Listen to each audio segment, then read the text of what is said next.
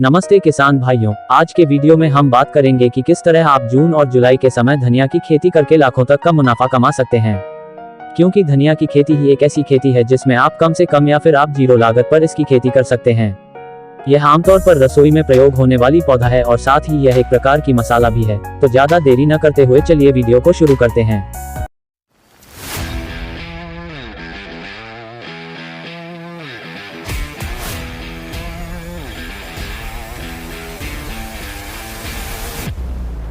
किसान ट्यूब।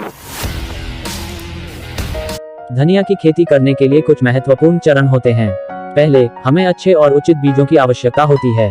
धनिया के लिए सबसे अच्छी बीजों को बोने से पहले सुनिश्चित करें कि वे उचित मात्रा में उपलब्ध हैं और उसका गुणवत्ता भी अच्छा है। और अगर आप चाहे तो डिस्क्रिप्शन में दिए लिंक में जाकर धनिया के उच्च गुणवत्ता के बीज ऑनलाइन भी खरीद सकते हैं।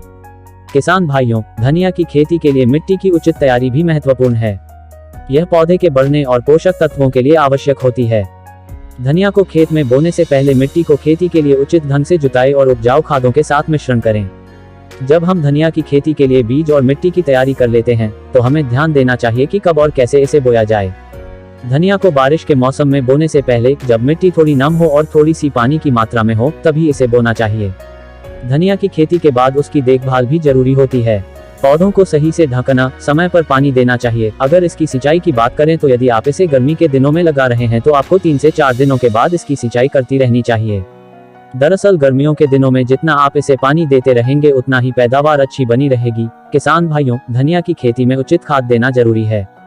और बात करें खाद की, तो धनिया की खेती में केवल एक खाद्य काफी होती है। यानी जब हमने धनिया की बुवाई कर दी तो जब लगभग 10 से 22 दिन हो जाते हैं बुवाई के, तो हमें 20 किलोग्राम यूरिया और हो सके तो 5 किलोग्राम माइक्रोन्यूट्रिएंट्स और 1 किलोग्राम NPK 19-19-19 को एक साथ मिलाकर इसका छिड़काव करना चाहिए और उसके बाद तुरंत सिंचाई कर देनी चाहिए।